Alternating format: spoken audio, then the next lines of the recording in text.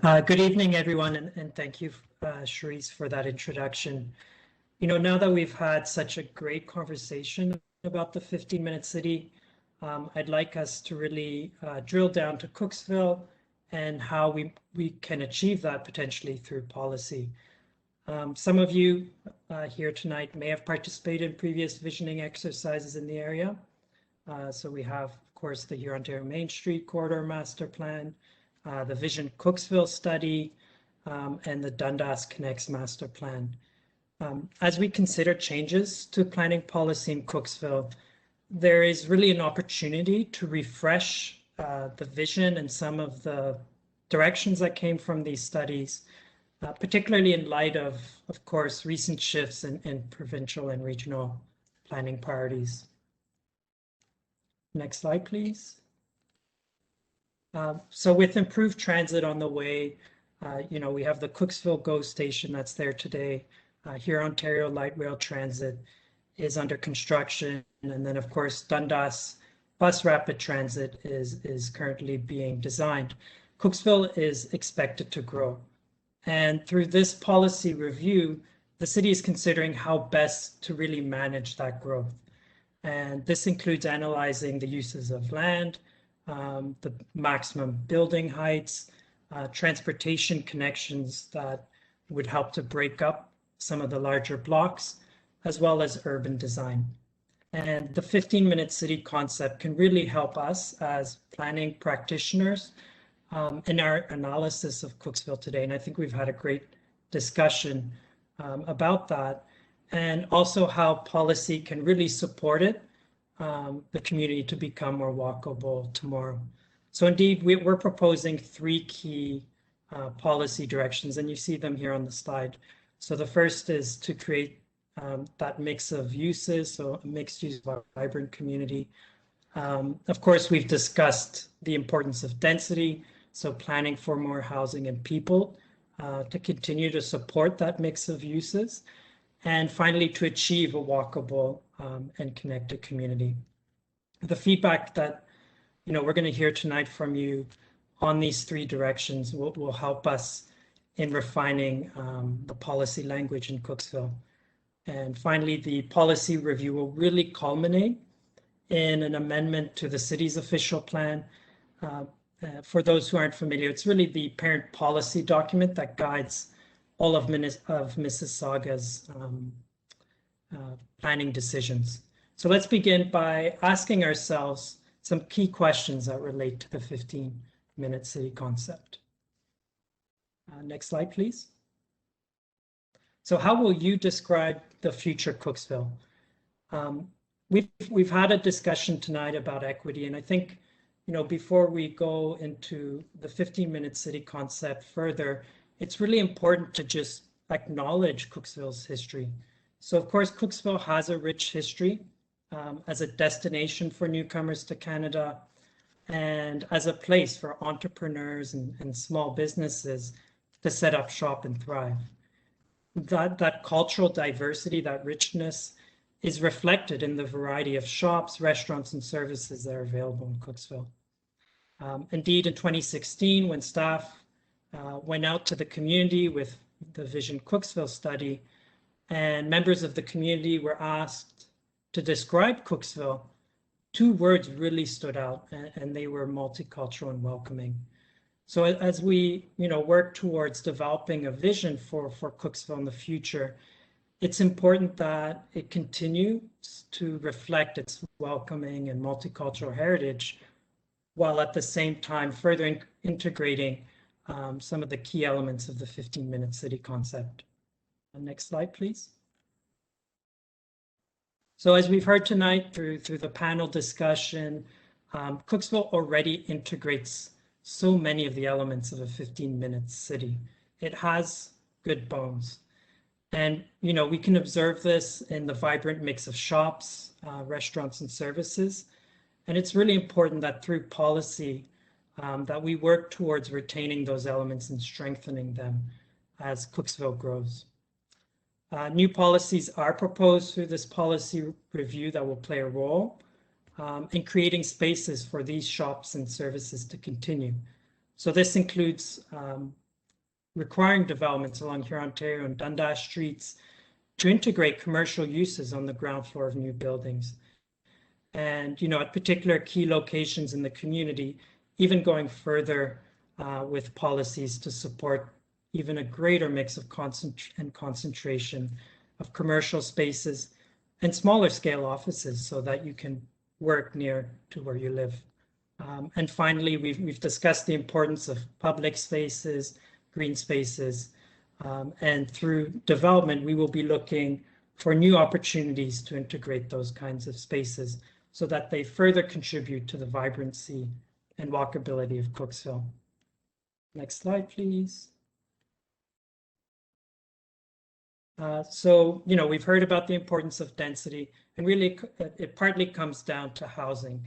The concept of the 15-minute city and its success it really depends partly on achieving a minimum density. And so housing and people can support the transit investments that are being made in Cooksville. So through this policy review, we will be bringing forward policies that enable the building of additional housing, particularly along the Hurontario and Dundas Street corridors.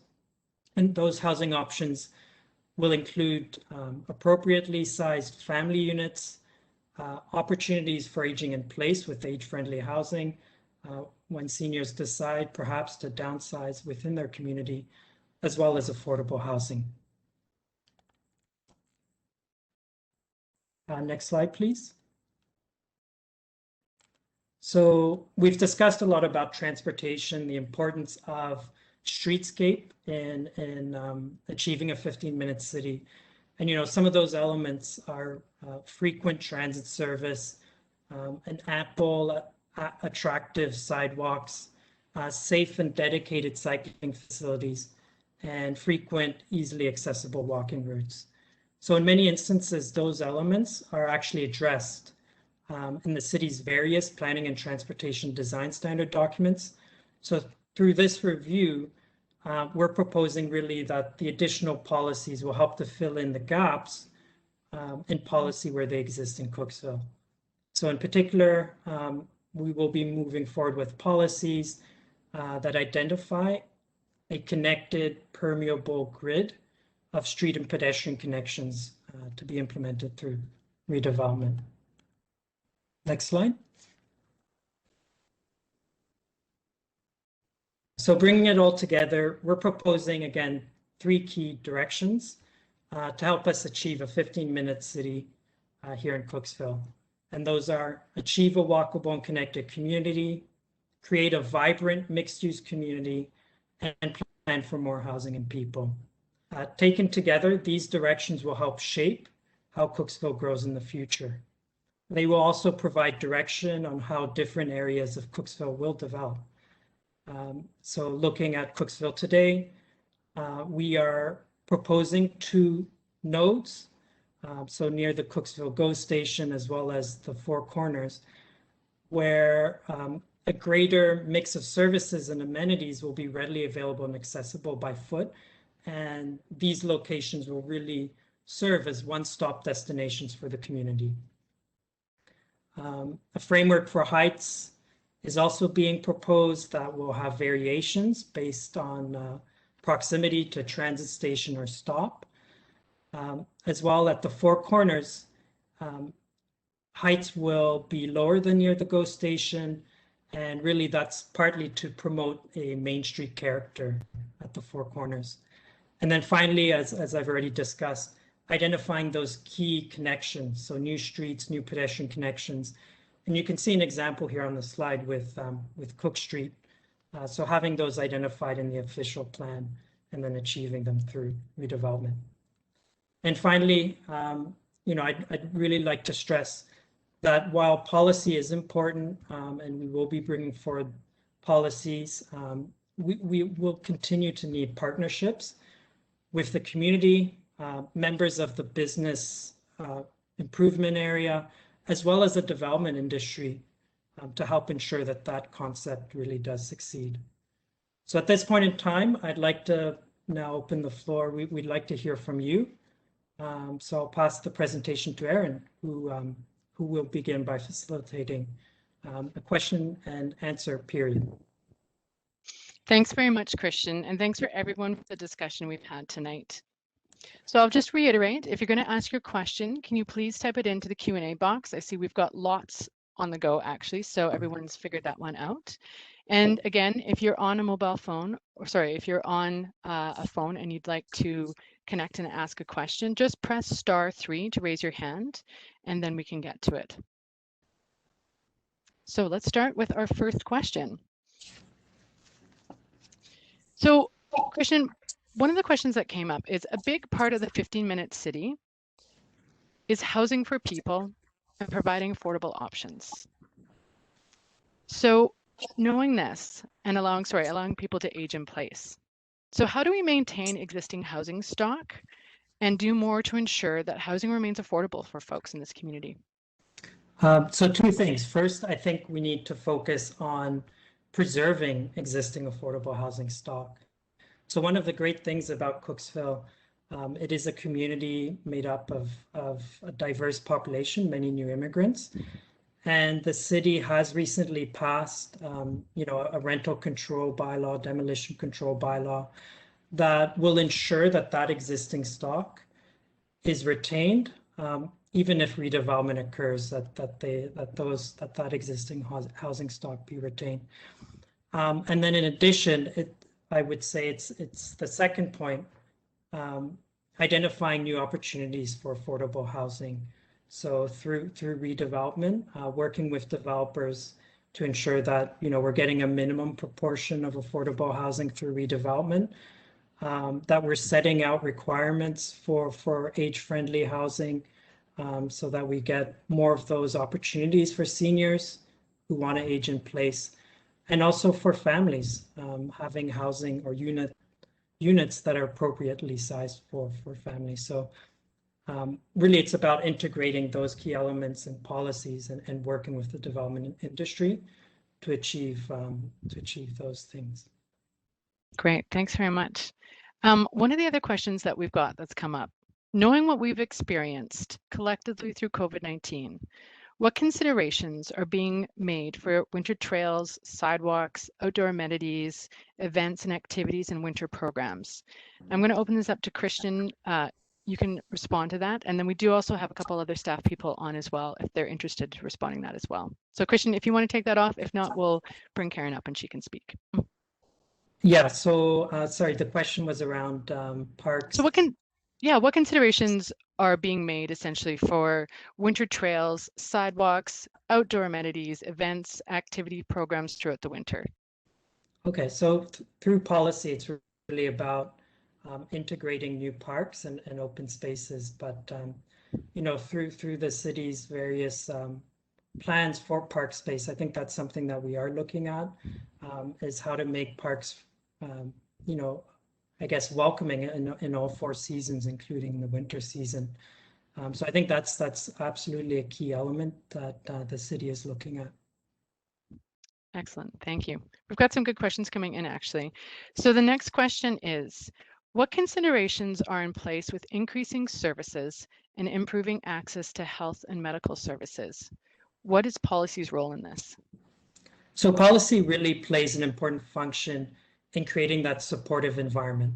So we can't necessarily dictate, that a medical use will necessarily open, but we want to make sure that the policies allow it to occur. So it's about identifying those key locations and ensuring that through policy and through zoning as well, that we're allowing for those mix of uses, including medical office uses, pharmacies, laboratories, and whatnot. And I'll say as well that, through these redevelopments, the hospital is located quite close by, so it's just located to the south. And, from their perspective, they're looking for opportunities for maybe some of those hospital adjacent uses to be located within the community. So there's definitely an opportunity through development to work with developers to integrate some of those spaces so that we get the tenants that are more focused on medical uses. Excellent, thanks very much. So here's the other one. How can the city relax zoning and policies to allow for more vibrant streets and mixed-use places? Okay, so again, I think that's really an important consideration. Cooksville is kind of interesting because most, from a policy perspective at least, most of the properties are identified as mixed use. So that means residential uses are permitted, commercial uses are permitted, and certain types of offices as well. So from a policy perspective, absolutely, we want that to continue. In terms of zoning, I think that's the next step. Once we have that supportive policy framework, we're going to have to look at perhaps updating some of the zoning in the area to reflect what's permitted in the policy. I know at the moment in many places that's not necessarily the case, or sometimes the policy and zoning is out of sync. So I think that's definitely an important consideration that we'll have to look at in the future. Mm-hmm. Thank you. I see Alex and Naluk both nodding their head. Is there any additional comments you wanted to make on this, or are we just in agreement together? Alex? Great. I mean, it's interesting to hear that the area is zone mixed use, and I think that was a really excellent question, because getting different types of uses integrated within a particular project, is not necessarily that easy to do. It's not necessarily something developers want to do beyond kind of the obvious model of a couple of stores and an apartment above. But I think it's really valuable and important. And the more you can bring commercial uses even off the major roads and onto side streets, as much as you can make that happen, which is rare, that also is really beneficial, I think. Great. Thanks, Alex. Okay, so Christian, here's the big question. What can cities do to see its policies turn into reality? For example, the market favors townhouses and ground-oriented projects. The larger units and condos are often challenging to sell and can be costly. So how can we help turn this around? Or how can policy help to turn this around? Okay, I think you've hit the nail on the head, because it is a huge challenge, actually working with developers to achieve what we set out in the vision. And I think it speaks to having strong policies. We need strong policies in the official plan that really sets out the key requirements that we expect from developers. Policy is very much future focused. It's not going to happen right away. It's very much a long-term planning document. And so you may get pieces in bits and pieces. You're not going to get it all right away. But by having that strong policies in the official plan, and you get one property redeveloping, for example, and you want a street through that property, but you're not going to be able to get the entire street because only that single property is being redeveloped. So what strong policy can do for us there is work and require from the developer that small portion of the street, so that when the adjacent property redevelops, that we're also getting the street on that property. So I think, again, it comes back to having, a good set of policies that are permissive of the types of mix of uses that we want, but strong on the elements, where we need things from developers. So whether it's housing, we've mentioned housing, whether it's transportation connections, or whether it's about ground floor uses, having commercial uses on the ground floor, and having that flexibility too. So we may have a vision. For example, I spoke to the Four Corners, and having it kind of as a one-stop destination. We don't necessarily want to be overly prescriptive with developers either. They may bring great ideas to the table, but really drawing out those key elements that we expect with developers, and then partnering with them to deliver on some key pieces. Excellent. Thank you again. So we've got one last question, and I think this one's an important one as well. So how do we plan on involving current community organizations and businesses that are already operating to provide support within Cooksville? Yeah, I think that that's really important, including those businesses in that discussion. So it's my hope that through events such as these, that we can reach out to some of those key businesses. I know we've identified the business improvement area as a key stakeholder. So we really do want to work with them to ensure that, you know, through our recommendations, that they see opportunities for themselves to continue. Because, you know, as we've discussed tonight, Cooksville already has that mix of diverse shops, restaurant services. We want them to continue, and we want to work with businesses to make sure that that's possible. Erin, if I may, I Sure. just wanted to say, as the ward councillor, I just want my residents to know that I'm really committed to public engagement. My staff knows that. And definitely the BIA, I'm very excited about the BIA. So thank you, Christian, for mentioning it. So we'll definitely have the BIA at the table in terms of how do we animate that space at Cooksville, Ontario and Dundas to make it more walkable. But definitely want more and more people. I think Erin will be testimony to that. I wanted a lot of people at today's, and I'm quite glad with the engagement. That's my goal, to engage as many stakeholders as possible. Thank you. Thank you. So folks, I want to thank Christian again for being able to talk about the policy. And then I'd like to actually wrap up now with a poll where we're going to be testing essentially your feelings about where we think you're heading.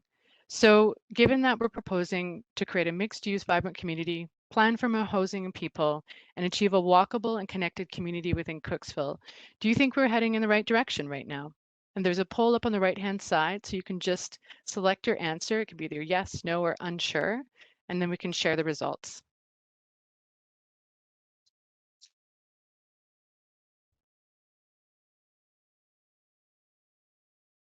Great. Okay, we can close the poll now and then share the results. All right. So there is a percentage of people that are feeling, you know what, Cooksville is actually headed in the right direction with these policies. So thank you again for those. And for those that are unsure, you'll have to watch and see how things are starting to unfold. We're going to start to wrap up the event this evening. So I just wanted to go through some next steps with everyone and let you know where things are at. So this is really just the beginning of our conversations, and there are more to come. This summer and fall, we will share and seek input on the plan with stakeholder outreach and continued community engagement on the draft official plans. So thank you again for participating in this kickoff event, and we hope that you'll be able to partake in our upcoming events as well. In the fall and winter of 22, we will be finalizing the plan. We will refine the draft policies and seek feedback from the community. We'll hold a statutory public meeting and again, then seek approval of the proposed policies in the winter of 2022. So as I've mentioned, we'd really like you to stay informed. We had great turnout for this event, and I'm hoping that each of you can actually go to the project website, yoursaymississauga.ca, and register. Put your email address in there, and then you can sign up, and you'll hear about the upcoming events that are happening for this Downtown Fairview Cooksville and Policy Hospital Review. Also, we want to let you know that if you have additional questions or you've got some concerns or you heard something at during this forum that you'd like to have some more information on, please post your questions on this website as well. You can also call Christian if you'd like to at 905-615-3200, extension 5753, and he can take your questions. So folks, I wanted to let you know we've got a video recording of this event, which we will be posting at a later date on the project website. So if anyone that you knew wanted to come, or you'd like to look at what was said tonight, please check back on the project website where it will be available for you. We have our participant survey. So I just wanted to take a moment, if everyone can bring their cell phones up and turn on the camera function, you can place it over the QR code and a participant feedback will pop up. Please just take a moment to fill that out. So I wanted to just say, Again, we've got the link there. If you don't have your camera, you can actually click on the link and it'll take you to the participant survey. And again, if you want to subscribe for more project updates, there's a link on the slide here, and we'll put it also in the chat. Now, before we close tonight's event, again, I really want to thank everyone who attended. We had a great turnout, and you made it a fantastic evening and had tons of questions, which made the dialogue really interesting. I'd like to thank Charisse and Luca and Alex for all your insights tonight and for confirming that Cooksville really is heading on the right direction with the 15-minute city perspective. I also wanted to thank the mayor for her opening remarks, and especially for Councillor Demarla for the inspiration and the dedication that you have shown to this event. We really appreciate you inspiring us to bring this forward. And also, Christian, thank you for bringing the policies together and helping us tie together how the concept of the 15-minute city actually can come together within policy and how we're hoping to make that happen within downtown Cooksville. So I know we're under strange times right now, so I just also want to let you know, I hope you all take care of yourselves these days. It's definitely a little bit of a strain, but don't be shy. Please reach out to us. We're here at our homes. We can take the questions. We can answer anything that you have to say to us about the event tonight. And we hope that you really did have a great evening and a great experience tonight. So soon I'm going to be saying that the meeting is over, and then Jasmine will be shutting down the slides. Again, thank you everyone for the event and coming and participating. Thank you for your thoughts and your feedback. We hope that you join us at our next one. Take care, everyone. Have a good night.